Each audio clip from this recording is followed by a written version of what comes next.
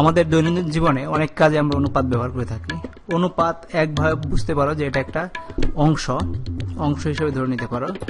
যেমন তুমি যদি কোনো একটা জায়গায় মিশ্রণ তৈরি করো বা মনে করো একটা ঘর আছে, ঘরটাকে আমরা দুই ভাগে ভাগ করলাম, এটা হচ্ছে এ অংশ, এটা হচ্ছে বি অংশ। এখন আমরা বলতে পারি কোন অনুপাতে এ পেল আর কোন অনুপাতে বি পেল। তার মানে এখানে যদি ধরি 1, তাহলে অর্ধেক অনুপাত পাইছে এ আর অর্ধেক পাইছে বি। তার মানে একটা অনুপাতিক হারে আমরা ঘরটাকে ভাগ করেছি অর্ধেক অর্ধেক করে। দুইটা রাশি যদি ধরি আমরা, দুইটা রাশি যদি এ থাকে, এ আর বি থাকে, এর অনুপাত একই এককে তাদের, আর এটার দুইটার মান যদি দুইটা ধনাত্মক রাশি হয়, দুইটা ধনাত্মক জিনিস হয় বি, তাহলে এই দুইটা অনুপাতকে আমরা দেখতে পারি a:b। এইটা হচ্ছে অনুপাতের চিহ্ন, তার মানে এ আর বি এর অনুপাতের অংশ। আর এটাকে প্রকৃত বা অপ্রকৃত ভগ্নাংশ হিসেবে লেখা যায়। ভগ্নাংশ হিসেবে লিখলে এই অনুপাতকে লিখতে পারি এ উপরে থাকবে, বি নিচে থাকবে। এটাকে আমরা ভাগ আকারে বা ভগ্নাংশ আকারে লিখতে পারি। তো এইভাবে আমরা অনুপাত নির্ণয় করতে পারি। তো এখান থেকে একটা শতকরাতে প্রকাশ করতে পারি। কোনো সংখ্যা যদি থাকে যে কোনো একটা জিনিসের অনুপাত কত, সেটাকে আমরা যেমন a:b = a/b লিখতে পারি, বা এটাকে লিখতে পারি ka/kb। কে হচ্ছে একটা ধ্রুব সংখ্যা যেটা দুইটার মধ্যে থাকবে, শুধু শেষের অংশ এই অংশটুকু আমরা কেটে দিতে পারি, দেখি a = b লিখে দিই। বা যে কোনো ধ্রুব সংখ্যা দিয়ে আমরা যদি উপর আর নিচে ভাগ করি তাহলে মানের কোনো পরিবর্তন হবে না, দুইটার অনুপাত একই অবস্থায় থাকবে। তো এটা একটা অনুপাতের বৈশিষ্ট্য বলতে পারো। তো আমরা অনুপাত সম্পর্কে জানলাম, এখন কিছু এক্সাম্পল দেখি। এ বর্গক্ষেত্রের পরিসীমা p একক, বি বর্গক্ষেত্রের পরিসীমা r একই একক আছে ধরো, হলে বর্গক্ষেত্রদ্বয়ের কালির অনুপাত নির্ণয় করো। এখানে এ বর্গক্ষেত্র যেটা আছে এটার পরিসীমা দেওয়া আছে p একক, আর বি বর্গক্ষেত্রের পরিসীমা দেওয়া আছে r একক। তো পরিসীমা অর্থ হচ্ছে বর্গক্ষেত্র, তার মানে এটার সবগুলো বাহু সমান। আর পরিসীমা মানে জানি আমরা পরিসীমা সমান বর্গক্ষেত্রের জন্য 4 × বাহুর দৈর্ঘ্য। তার মানে এ বর্গক্ষেত্রটির এক বাহুর দৈর্ঘ্য হবে কত? এ বর্গক্ষেত্রটির এক বাহুর দৈর্ঘ্য হচ্ছে, এর বাহুর দৈর্ঘ্য সমান p/4, কারণ p একক হচ্ছে আর পরিসীমা, তার মানে 4 × p ছিল, মানে 4, তাহলে p/p যদি একক পরিসীমা হয় p/4 হচ্ছে এক একটা বাহুর দৈর্ঘ্য। তাহলে b বাহুর দৈর্ঘ্য সমান r/4। আমাদের দুইটার প্রত্যেকটা বাহু পেয়ে গেছে। এখন এ বর্গক্ষেত্রের কলি মানে হচ্ছে বর্গক্ষেত্র। এই বর্গক্ষেত্র লেখা হচ্ছে, এটা আরেক নাম হচ্ছে বর্গক্ষেত্রদের কালি যেটা, এর বর্গক্ষেত্রের কালি সমান হচ্ছে বাহু স্কয়ার মানে হচ্ছে p/4 হোল স্কয়ার। আর বি বর্গক্ষেত্রের কালি r/4 হোল স্কয়ার হচ্ছে p²/4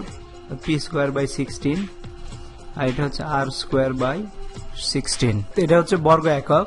অতএব এ বর্গক্ষেত্রের কালি বি বর্গক্ষেত্রের কালি সমান হচ্ছে, এখন যদি এদের অনুপাত বের করি, তার মানে এ বর্গক্ষেত্র a:b সমান হচ্ছে p²/16 r²/16। এইখান থেকে আমরা 16 কেটে যাবে, এটা আমরা কেটে দিতে পারি অনুপাতের নিচের অংশটুকু, বা কেটে দিতে পারি, তাহলে হচ্ছে p²r²। এটা হচ্ছে আমাদের অনুপাত বের হয়ে গেল। a:b এর বর্গক্ষেত্রের কালির অনুপাত হচ্ছে p²r²। তো আমরা আরেকটা অঙ্ক দেখি। একটি বর্গক্ষেত্রের একটি বৃত্ত অন্তর্লিখিত করা হলো, বৃত্তক্ষেত্রের কালি ও বর্গক্ষেত্রের কালি শতকরা কত? তো উত্তরটি 2 স্থান পর্যন্ত নির্ণয় করতে হবে। তো এইখানে আমাদের যেটা করতে হবে, একটা আমরা চিন্তা করে নেই, একটা বর্গক্ষেত্র তৈরি করি। ধরো এটা একটা বর্গক্ষেত্রের একটা অন্তর্লিখিত বৃত্ত তৈরি করা হয়েছে। তার মানে এমন একটা বৃত্ত তৈরি করা হয়েছে যেটা প্রত্যেকটা বাহুকে টাচ করে যায়, এবং তার মানে হচ্ছে এটা হচ্ছে আর মানে হচ্ছে ব্যাসার্ধ। তো এটা হচ্ছে ব্যাসার্ধ মানে হচ্ছে বাহুর অর্ধেক। এখান থেকে আমরা এর টার্ম দেই, তার মানে এটা হচ্ছে বাহুর অর্ধেক হচ্ছে ব্যাসার্ধ বৃত্তটির, আর হচ্ছে এটার যেহেতু কেন্দ্র হচ্ছে মধ্যবিন্দুতে, তো এখান থেকে বলতে পারি বর্গক্ষেত্রে একটি বৃত্ত অন্তর্লিখিত করা হলো, বৃত্তক্ষেত্রের কালি, ওই বর্গক্ষেত্রের কালি শতকরা কত, এটা আমাদের বের করতে হবে।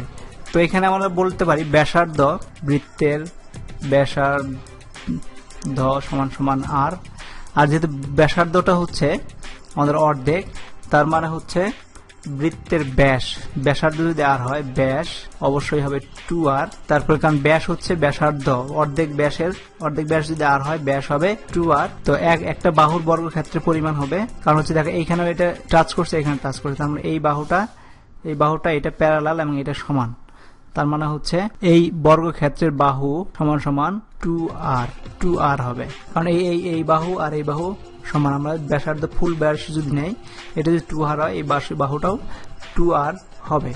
তাহলে এখন যদি হয় আমাদের বৃত্তের কালি বা ক্ষেত্রফল সমান সমান হচ্ছে পাই আর স্কয়ার, যেটা মানে পাই, এটা হচ্ছে বৃত্তের কালি, আর বর্গ ক্ষেত্রের কালি হচ্ছে বাহু স্কয়ার, তার মানে 2r স্কয়ার।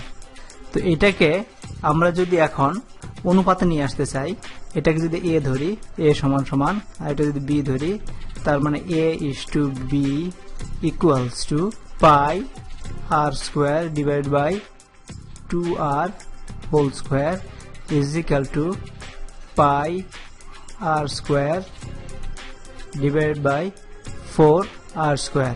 তো r স্কয়ার কেটে যাবে, তার মানে হচ্ছে পাই ডিভাইডেড বাই 4। এটাকে যদি শতকরায় প্রকাশ করতে চাই ইনটু 100 দিতে হবে, 100, তার মানে হচ্ছে এটাকে আমরা নিতে পারি, এখানে পায়ের মান যদি বসায় দেই, পায়ের মান হচ্ছে